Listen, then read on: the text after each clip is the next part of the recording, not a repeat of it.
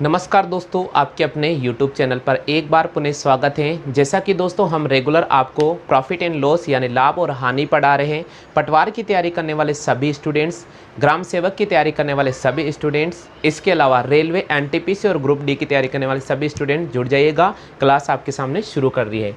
आज part number 4 पढ़ेंगे साथियों। इससे पहले मैंने आपको पार्ट 3 करा दिए थे और आज हम प्रॉफिट और लॉस का पार्ट नंबर 4 पढ़ेंगे।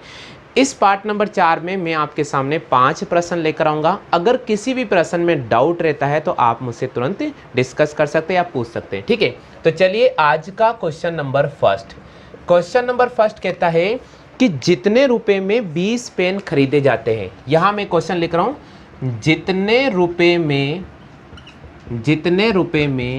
20 पेन खरीदे जाते हैं, जितने रुपए में 20 पेन खरीदे जाते हैं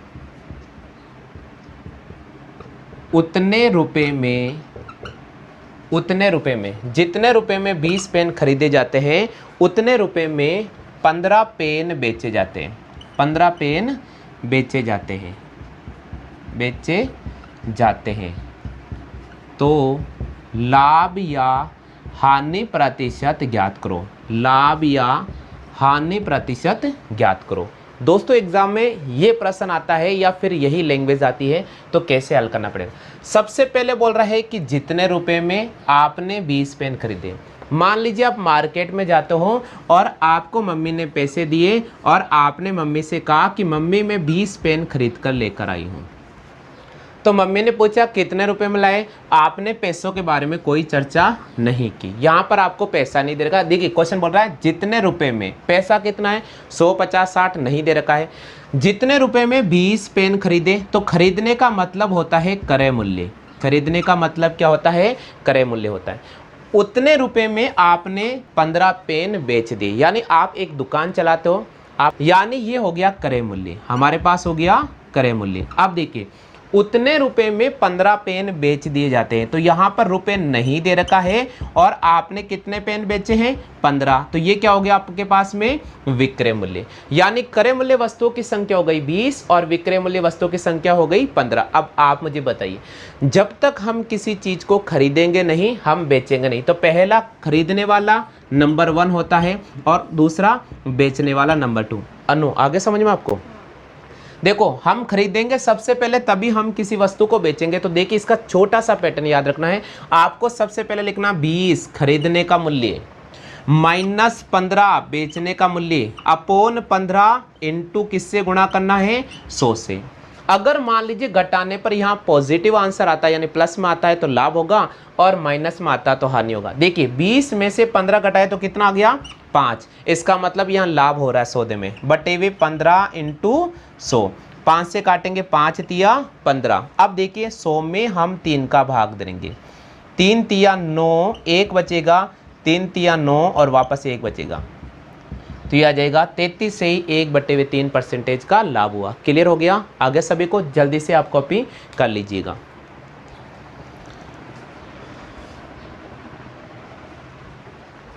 चलिए दोस्तों बात करेंगे प्रश्न संख्या 2 की। अब मैं आपके सामने प्रश्न संख्या 2 समझा रहा हूं। कोशिश करना कि इसका आप सही जवाब चयन करें। हमारा क्वेश्चन दे रखा है कि एक दुकानदार जितने रुपए में 25 पेन खरीदता है। क्वेश्चन का लैंग्वेज है एक दुकानदार जितने रुपए में 25 पेन खरीदता है। एक दुकानदार जितने रुपए में 25 पेन खरीदता है उतने रुपए में, एक दुकानदार जितने रुपए में 25 पेन खरीदता है उतने रुपए में 18 पेन बेचता है। उतने रुपए में 18 पेन बेचता है। उतने रुपए में 18 पेन बेचता है। तो लाभ या हानि प्रतिशत ज्ञात करो। अब एग्जाम में ये प्रश्न आ गया तो कैसे हल करें। सबसे पहले बोल रहा है कि एक दुकानदार गया मार्केट और उसने जितने रुपए में 25 पेन खरीदे। तो भैया खरीदने का मूल्य है 25, ये क्रय मूल्य है आपके पास। और उसने बेचे कितने पेन थे, उसने 18 पेन बेच दिए, तो ये विक्रय मूल्य। आपको यहाँ पर रुपए नहीं दे रखा है और आपको यहाँ पर रुपए नहीं दे रखा, तो आप इसको जल्दी से क्रॉस कर दीजिएगा क्योंकि पैसे का कोई लेना देना। अब खरीदने वाला पहला आइटम होता है और बेचने वाला दूसरा आइटम होता है। जब तक हम किसी चीज़ को खरीदेंगे नहीं, हम बेच नहीं सकते हैं। तो इसका मतलब 25 में से हम 18 को घटाएंगे, 18 का डिवाइड करेंगे और किससे गुणा कर देंगे, 100 से गुणा कर देंगे। अगर 25 में से 18 घटाते हैं तो हमारे पास बचेगा 7/18 इंटू हमारे पास हो जाएगा 100।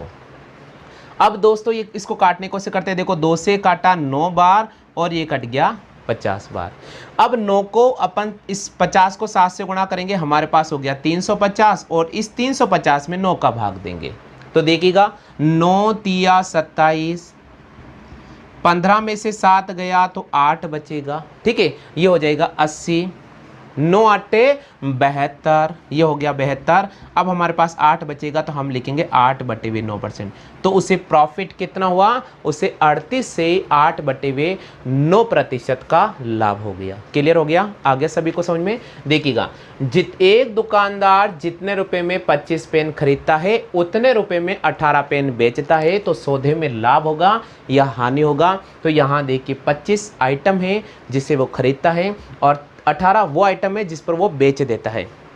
तो 25 में से 18 को घटाया अपॉन 18 और किससे गुणा कर लिया, 100 से। तो 25 में से 18 गया 7/18 इंटू 100। आप चाहो तो 700 में 18 का डिवाइड कर दो। मैंने यहाँ 2 से काटा 2 9 18 और इसको 50 बार, इसको इससे गुणा किया 350 में 9 का भाग दे, 38 से 8/9% का प्रॉफिट हो गया। क्लियर हो गया ना। चलिए नेक्स्ट प्रश्न संख्या 3।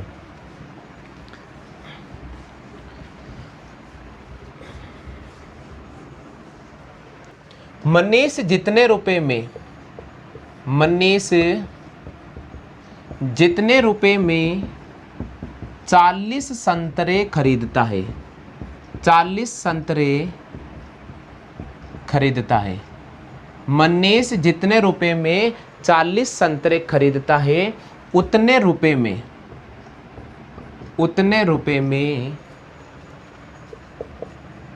50 संतरे बेचता है, उतने रुपए में 50 संतरे बेचता है। तो लाभ या हानि प्रतिशत ज्ञात करो। तो लाभ या हानि प्रतिशत ज्ञात करो। चलिए सभी स्टूडेंट्स इस समय जो क्लास ले रहे हैं, सबसे मेरा निवेदन है कि कमेंट कीजिए इसका आंसर क्या होगा। देखिए क्वेश्चंस का लैंग्वेज बहुत इंपॉर्टेंट है। मनीष मार्केट जाता है और संतरे खरीदता है। मनीष जितने रुपए में 40 संतरे खरीदता है उतने रुपए में 50 संतरे को भैया बेचता है। तो देखिए सबसे पहले आइटम, नंबर ऑफ आइटम यानी पैसा नहीं दे रखा, ये 40 संतरे वे खरीदता है। ठीक है, ये क्रय मूल्य हो गया अपने पास में। उसके बाद आपको सेलिंग प्राइस का पैसा तो नहीं दे रखा, लेकिन सेलिंग प्राइस के आइटम दे रखे कितने, 50। आप मार्केट में जाते हो और आपने जितने रुपए में 40 संतरे खरीदी हैं उतने रुपए में 50 बेच रहे हो, तो घाटा होगा या फायदा होगा, ये चीज सोचो। सिंपल सी बात है, 40 में से 50 घटाएंगे 50 और किससे गुणा कर देंगे, 100 से। तो देखो 40 में से 50 घटाएंगे तो -10 आ रहा है। -10/50 इंटू 100, 1 0 से 1 0, 5 से काटेंगे 2 बार, इसको इससे गुणा करेंगे -20। तो सौदे में उसे 20% की हानि होगी क्योंकि यहाँ ऋणात्मक आंसर आ रहा है, और जब आंसर ऋणात्मक आ जाता है तो समझ जाना सौदे में यहाँ पर घाटा हो रहा है। क्लियर हो गया, आ गया सभी को समझ में। चलो कर लीजिए कॉपी जल्दी से।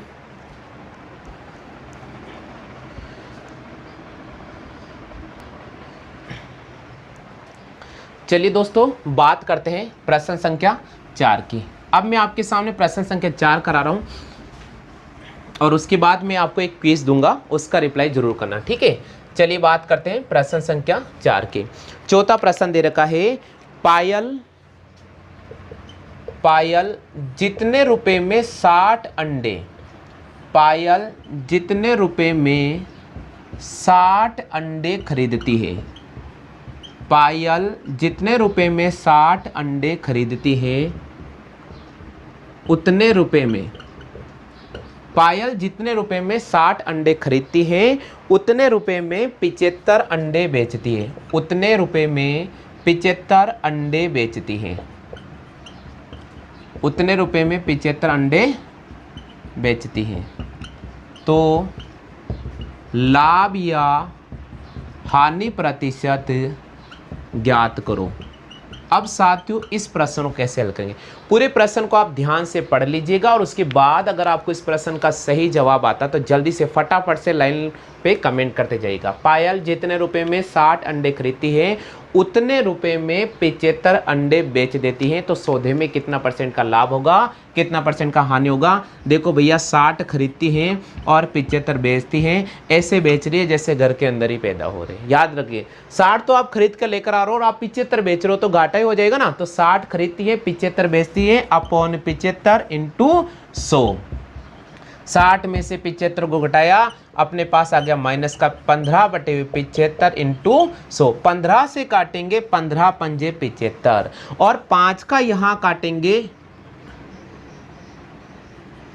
यहां पर हो जाएगा 20%। तो सौदे में पायल को कितने परसेंटेज की घाटा हो रहा है, सौदे में पायल को 20% की हानि हो रही है। क्लियर हो गया, आ गया सभी को समझ में। चलो फटाफट से कॉपी कर लीजिएगा।